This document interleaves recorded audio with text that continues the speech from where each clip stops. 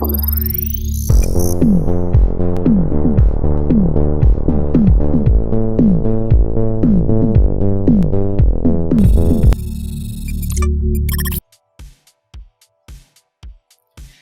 Just let us vibe for 1 second. Just vibe for 1 second. Just let us vibe for a second. Ugh, fine. Good morning. It's too early. Welcome to the first, best, and only morning show in the world. I'm Anthony Carboni. I'm Saige Ryan. And goodness gracious, a single ray of sunlight sometimes breaks through the darkest sky. Just a tiny, tiny glimmer of hope in a world gone mad. You know what I mean? Not at all. Oh, well, I'll tell you what I mean. Donald Trump's been banned from everything.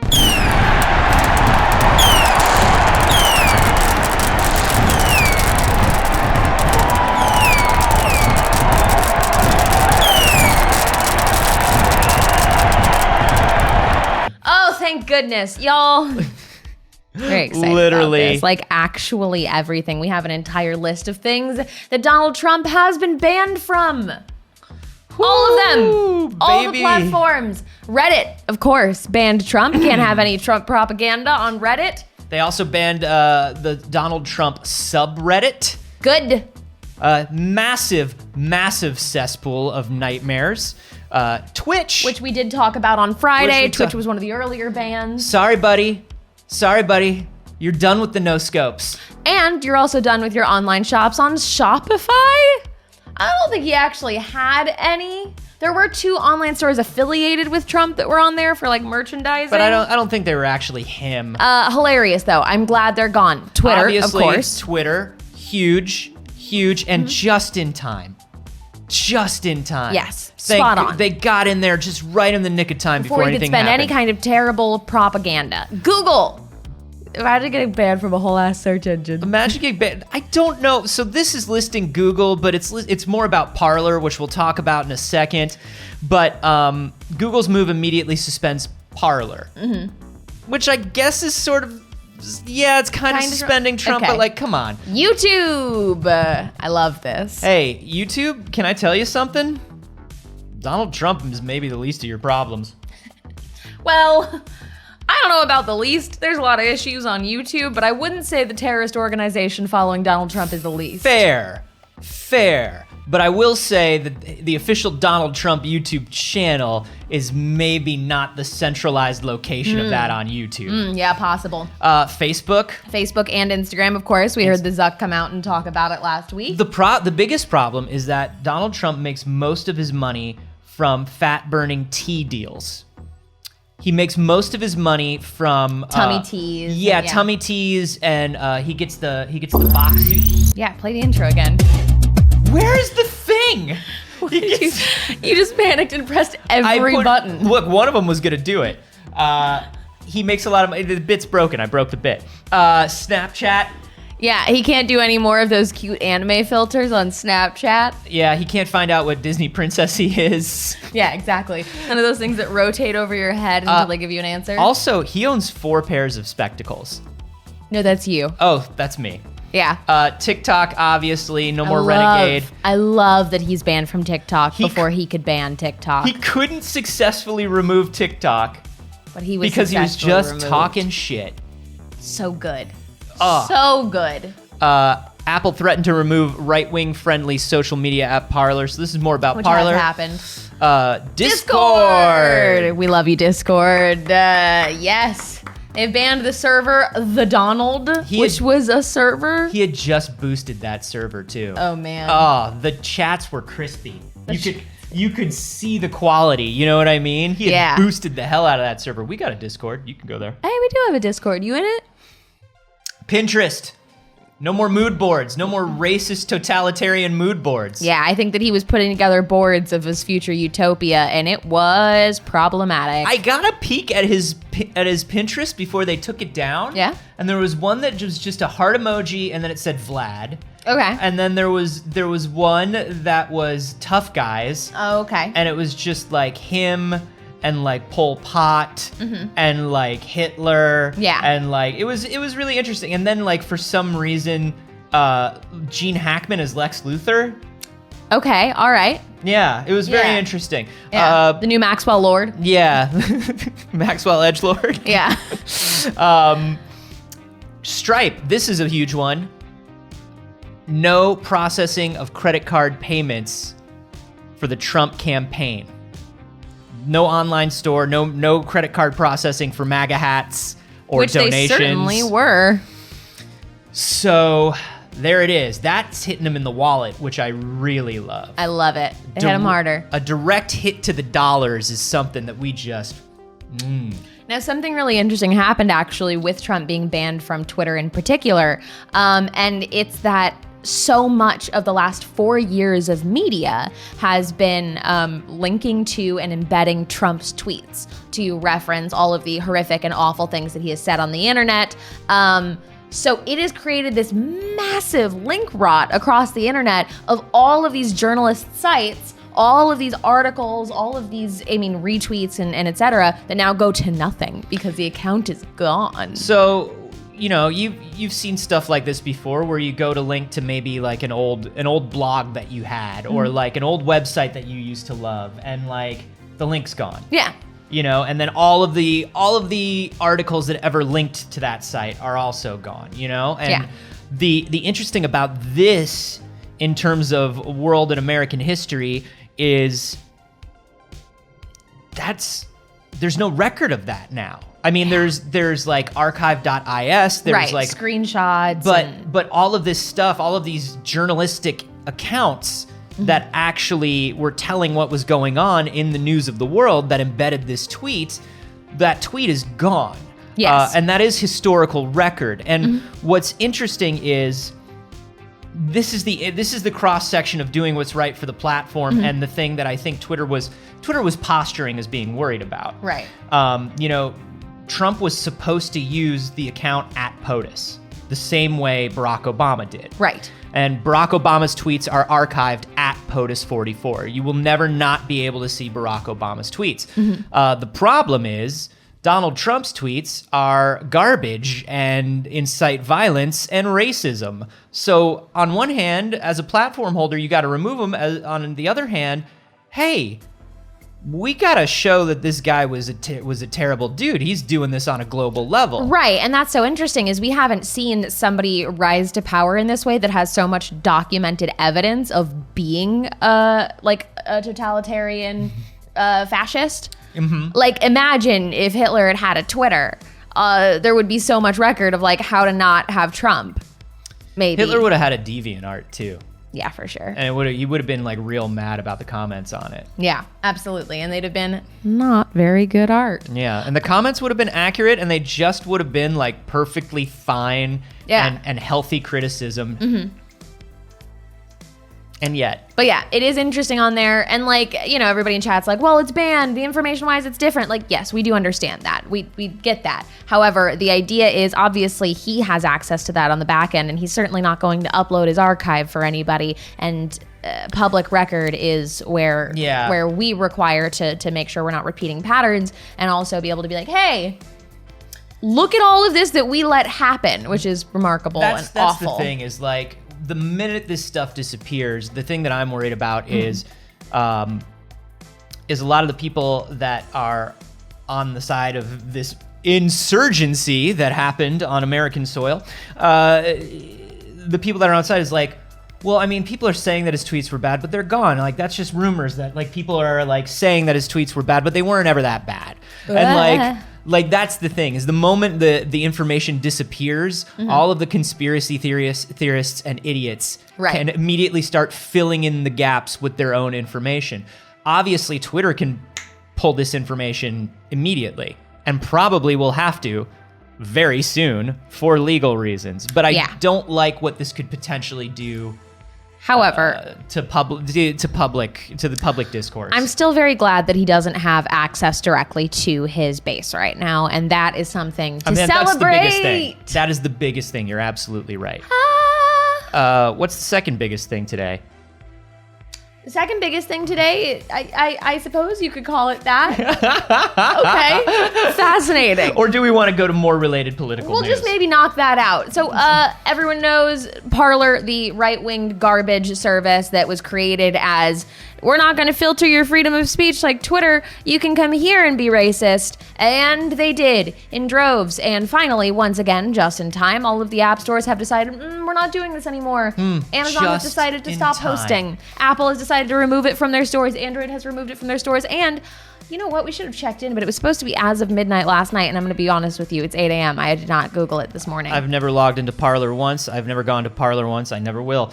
No, I mean like Googled. Googled if it's down? Yeah, because it was supposed to go down as of midnight today. Somebody who has an extra computer that they can burn and throw into the trash, let us know if Parler's down.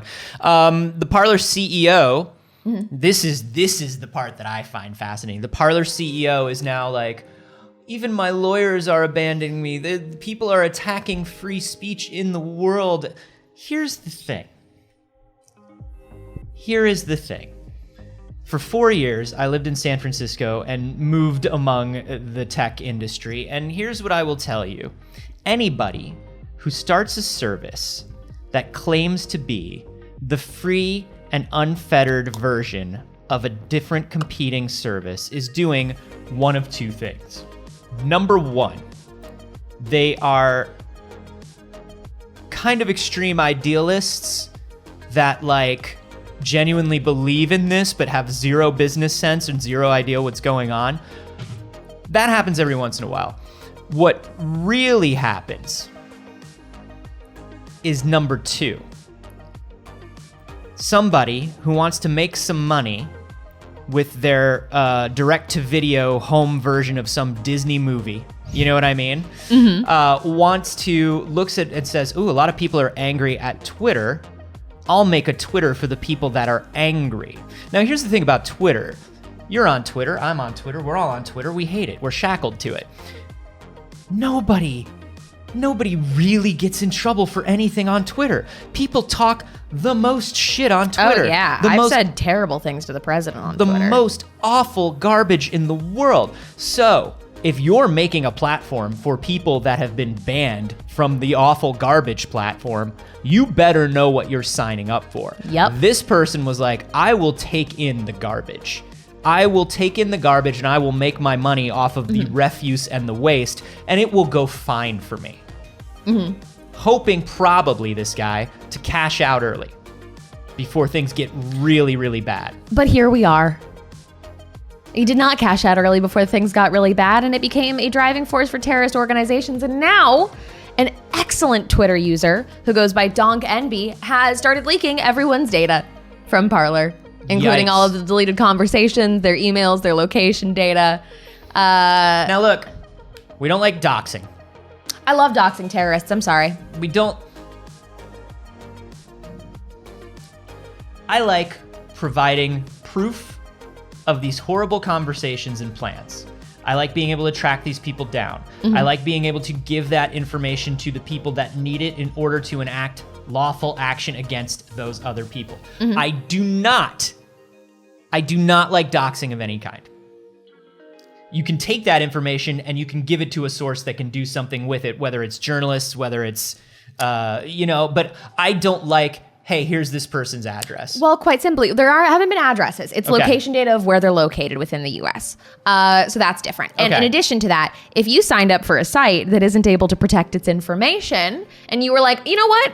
I'm going to go and say terrible, fascist, white supremacy, anti-LGBTQIA nonsense. I'm going to go be, part of a terrorist organization on an app.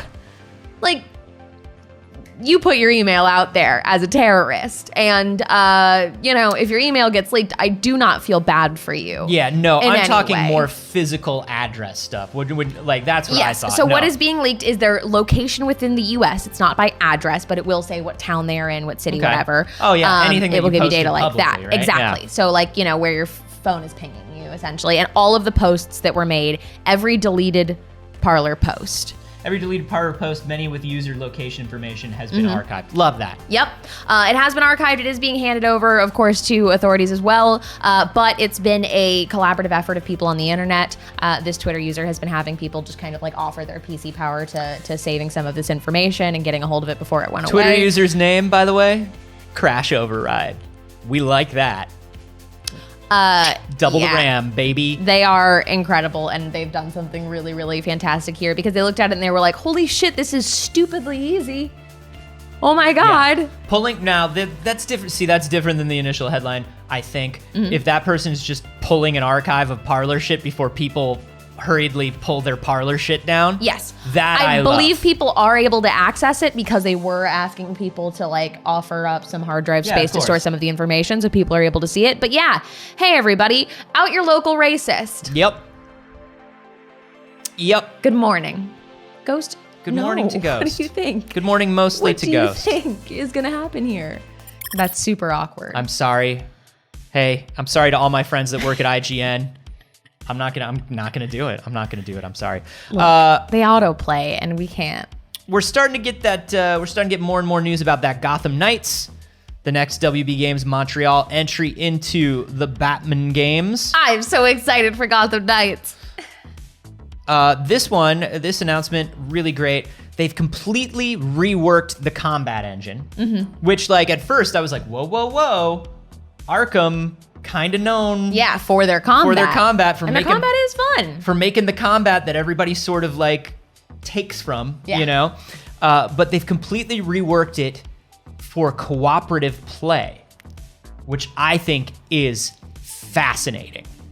They want you to play with your friends. They want this game to be something that you play as a squad. They want Robin and Red Hood and Nightwing and Batgirl all fighting together. And I love that. Yes. I'm so into it. I'm so excited for this game. I'm so glad they're focusing. I love co-op games. I'm a big fan of social gaming. That is huge for me in gaming. Anytime that I'm like on my own, I have a little bit of time, my first choice is always if I can play a game with somebody. So I'm very, very excited about that. I've loved all of the Arkham games so far. I'm a huge fan. So I mean, there's not enough of this like big narrative, like AAA billion-dollar game having co-op. Like there's just not enough of that. And like I understand you got to completely design the game around it, but like man, it'd be cool if you did. Network infrastructure and everything right now. It's just every time I load up a game and it's like, yeah, I love that in Uncharted like Sully's running around with me, but hey man, what if Sully was running around with me and it was my pal? You know what I mean? Why is there, there's one assassin in Assassin's Creed for story purposes. Could there be a two assassin? What if? You know, I just want more stuff like that. And of course they've dabbled in co-op with the Arkham games before, but it's nice to know that it is designed entirely around it this time. I'm very excited for it. DC has some fun games coming and I'm stoked. I'm also very excited for the Suicide Squad game. Yes, that looks great. Those both look absolutely fabulous and I am stoked. What else are we stoked for, Anthony? Hey, I'm a white guy with a beard. So that means you love Scott Pilgrim. I'm often forced into the box of a manic pixie dream girl for men's fantasies. So that means you quietly like Scott Pilgrim, but you don't like to let people know it too loudly. Correct. Great. The Scott Pilgrim re-release is coming very soon. You will be able to play it this week for Switch and for PS4. You will also, though, due to the lovely people at Limited Run Games this week, you will be able to start ordering a physical edition of the Scott Pilgrim game. For the first time ever, it was a digital download when it was originally released, and then as we know, it was pulled from all of the digital downloadable stores. And look at that sweet little physical copy. I haven't bought a physical copy of a Switch game in a hot minute, but like, I want it. Limited Run does some really amazing stuff. I think between Limited Run and I Am 8-Bit doing like physical releases of things, And they do such a great job because they understand that at this point it can't be about the game. It's got to be about like the fun little things that come with it. Yeah. Here's the classic edition. Comes with a sheet of stickers. Well, map. Comes with the deluxe clamshell case. Comes with the overworld map suitable for framing. And then it also comes with the soundtrack. I think the soundtrack is a digital download, but that's also fine. Yes. I don't want a CD. I do have the vinyl of it. That's good. Because I am, once again, a white man with a beard. Yes, of course. I'm really excited for this. You want to talk about a good cooperative game. And also just a game that, like, was such lightning in a bottle in terms of talent. You had Anamanaguchi doing the soundtrack, which is just, it's literally a full instrumental Anamanaguchi album, and it's beautiful. All of the art was done by Paul Robertson, who is just a god of pixel animation and like huge in the industry now, but at the time was just blowing up. It was made by a team at Ubisoft who is like no longer there, like their little experimental team that was making like indie digital games, and there were a lot of like great people on that team. Yeah. It's just, it was a beautiful thing that should not and could not have happened, and I'm glad that it's coming back. Even if you don't like Scott Pilgrim, if you like classic beat 'em up games, old 4-player arcade games. And I never got to play it, so I'm very excited because this will be my first time playing it. I never got it. Ooh, that sounds like a Patreon exclusive. Maybe. Welcome to Wolfenstein vs. Monkey Ball. Return to Castle Monkey Ball. Yes. Everything about it, yes. I played the shit out of the Monkey Ball games on GameCube. Like Super Monkey Ball on GameCube was everything. Super Monkey Ball was a perfect game. It was. It was an excellent game. It was a perfect game, and I will fight anyone who says otherwise. I also played a lot of Wolfenstein when it first came out. I don't know what went through someone's head that made them think that this should exist, but I'm so glad that it did. It's perfect. I just can't imagine sitting there and being like, okay, but what if? But like, what if? I mean, I can. And then having the actual ability to make it. You can play it in your browser. Yes. You can play it with a keyboard. You can get it for free. Mm-hmm. And we should. And you should, and you can, and you will if you're a good person. Yeah, absolutely. And let us know how you do in the Discord if you kill some baddies and collect some bananas. This is not the only derivative work that we'd like to talk about today. Oh, is it not? No, we have 2 more derivative works that I'd like to discuss, Saige. That's a lot of derivative works today. We love a derivative work. We love to say the word derivative. We love fair use. We love transformative works. And we love the Fire Emblem mod that puts the Gilmore Girls in the game. Boom. It's a 1-hour Fire Emblem 8 mod about Gilmore Girls. You can see. I have never seen the Gilmore Girls, so much of this is lost on me. Like, I vaguely get the idea, I get the characters, I recognize the characters from the Gilmore Girls, but I've never actually watched. Did I say Gilmore Girls? The Grimmer Gerber. From the Gilmore Girls? From the Grimmer Geeps. It's Dean. Oh no, I've been trying to avoid him. Come on. Another situation in which someone said, what if? There's Luke. So good. It's on itch. You can download it. You should download it. There's so many things you should download today. If you don't feel like downloading things, there is yet another thing that you can play. And I don't know where I put the link. So I'm going to just type it in to my browser. Sure. Absolutely. I don't even know what it is. If I'm honest, I forgot. Yes, of course. I do recall. Yeah, stall him. We'll It's a lot harder when you say that, Anthony, if I'm honest. Stall him. No, I whispered it. We'll be putting some of the links for these in the Discord in a bit. It'll be in the It's Too Early channel. I'll make sure that we link to a few of the things that we talked about so you can play them as well today. Did you finally find the thing you are looking for? Oh, I had it up the whole time, Saige. The most exciting. I was just allowing you to speak directly to the Little Pickles. They're not Little Pickles. That's their official name? That is not correct. And that is what they're called. Nope. This is Constantine. Constantine is a programmer over at Gameloft Montreal, and you can play Pokemon Red in his Twitter avatar. They're in a battle right now. Hell yeah. So basically the way this works is you respond to this tweet with a button input, and every 15 seconds it looks at every reply and finds the most popular input that was put in and updates. And everybody is playing Pokemon Red in this guy's Twitter avatar. I love it so much.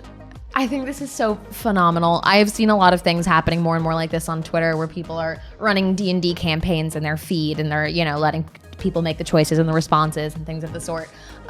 This is so good and so clever. And in a time where so many things are so bad, this is so good. Have you, Lil Pickles, your official name? Not correct? Have you heard of Defunct Land? Defunct Land is one of my favorite YouTube channels. I know you're a Defunct Land fan. I am certainly a Defunct Land fan. They have done incredible, informative, mini docs essentially on broken down theme parks, on old attractions that no longer exist. They do really, really great investigations into all defunct theme parks and things surrounding it. It's so cool to hear the history and the stories of not just the ride itself, but the creative decisions, the monetary decisions, the budgetary all of the things that make these giant theme parks happen. Mm-hmm. It's really fascinating. There was a great episode on how there was nearly a Gotham City area of Universal Studios. Yeah. There was a great one on the basement of the castle of Cinderella's castle in the original Tokyo Disney was had a black cauldron theme. It was a villains themed ride, and it took you through it. All these things that almost existed and then didn't. It's honestly hard sometimes to accept though. It's hard to watch sometimes. You're man, some things could have been so much cooler. They're an excellent YouTube channel. The things that might have happened, the things that could have been. But one of the things that Kevin over at Defunct Land has been working on for a very long time are VR reconstructions of these closed attractions. He wants to make Defunct Land a theme park that you can visit in virtual reality. And over the weekend, he released the alpha of Defunct Land VR, where you can ride 20,000 Leagues Under the Sea. Yes. Which is a great ride that is now gone. I believe is it a Little Nemo ride in Orlando now? Is that what it is? Finding Nemo? Finding Nemo? Little Nemo. Little Nemo the Dream Master. You know that thing that only I care about. I think it's a Finding Nemo ride now, but... Because we have a Finding Nemo submarine here. Yeah. I know we have that here. Is that still... Unless it's gone now. I know we did have it. I mean, everybody had it, but I think it's gone.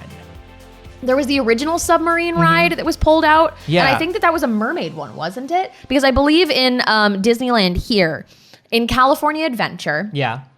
there's a spot where in the water there, you can actually still see some of the mermaids that they left in there, which is always my favorite thing in the world. I don't know why. I love shit like that. It makes me very happy when I can spot the mermaids. Yeah. And I believe that was what the submarine ride originally was, and it was taken out for many, many, many years. And somewhat recently, within the last 10, 15 years, they brought in Finding Nemo. Yeah, that makes sense. Walt Disney World has been gone forever. It was a little lagoon stage show and a place where you could meet Ariel, and but it's wild. It was one of the first big e-ticket yes, it is rides. Still here. It was one of the big e-ticket rides for a very long time, and basically you got into this claustrophobic, just absolutely claustrophobic little submarine. I remember my parents when I was a kid. My mother actually clearly keeping herself cool and trying not to have a panic attack getting into this submarine because it was so small. And you basically it pretended to dive underwater, and there was just water in your windows that filled up. Yeah. And there was just animatronic stuff. It's very cute. It's very old school, but you can go play it now in VR. I believe it is Oculus and Vive compatible. Yeah. We should try it. Also, things that go underwater also make me have panic attacks, so that'll be exciting. Did I ever ride the 20,000 Leagues ride at Tokyo Disney Sea? I did not. I did not ride it. I saw that it was there. Tokyo Disney Sea, I bought the after 4 p.m. ticket. It was after 4 or after 6, but it's wild. It costs like $30. Wow. And then you just run around Tokyo Disney Sea. And I went on like a Tuesday when nobody was there. And I was just like, what are all the things that we don't have? Yeah. And I went and I did all those and I ate some stuff and I ran the fuck out because it was like $30. That's awesome. But they still have a 20,000 Leagues Under the Sea. But I think it's different because they built it in like the 90s. It better be different. Yeah, of course. But yeah, go check it out.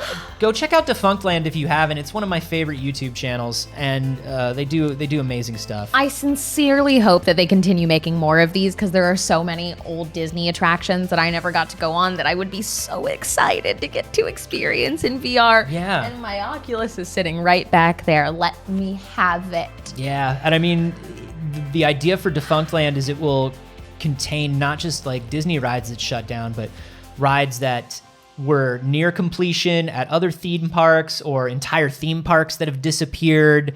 Yeah. It's a wild project, and I honestly hope that everybody just leaves Kevin alone and lets him do it. I hope that these companies don't become dickbags about it. I know. I was thinking about that too, of the legality surrounding it. I hope, because it's a virtual recreation. Yeah, just let it. It's not even a thing that you have anymore. It's free. I hope they do Horizons. Horizons was my favorite Epcot ride about living in the future. It was just a sweet little ride where you went in a slow cart and you visited, like, a family had three kids and they all lived in different habitats in the future. One lived under sea, one lived in space, and one lived in like a terraformed desert farm. Huh. And they were just talking on their video phones to each other. It was very quaint and very 80s. And I hope that there's lovely. like a Horizon. I love this whole genre of content too, of people covering the weirdest shit that's happened. Like the McDonald's float, what was it? The floating McDonald's restaurant. Yeah, I was trying to think of the word for that kind of boat. Yeah. But there was a McDonald's boat. It was the McBarge, but it wasn't. They didn't call it that. Yeah. It was this multi-million-dollar McBarge. And for so many years, there was like so much that goes into it. It was actually one of the most fascinating YouTube documentaries I ever watched. I love shit like this. Just things that almost happened, things that did happen that no one thinks about. That's my whole shit right there. Hey, thanks for watching. And if you want to see more episodes of It's Too Early, be sure to subscribe. And if you want to catch the show live, we are live every single Monday, Wednesday, and Friday at 8 a.m. Pacific on twitch.tv/PixelCircus. That was easy to do, and we did it quickly and in one take.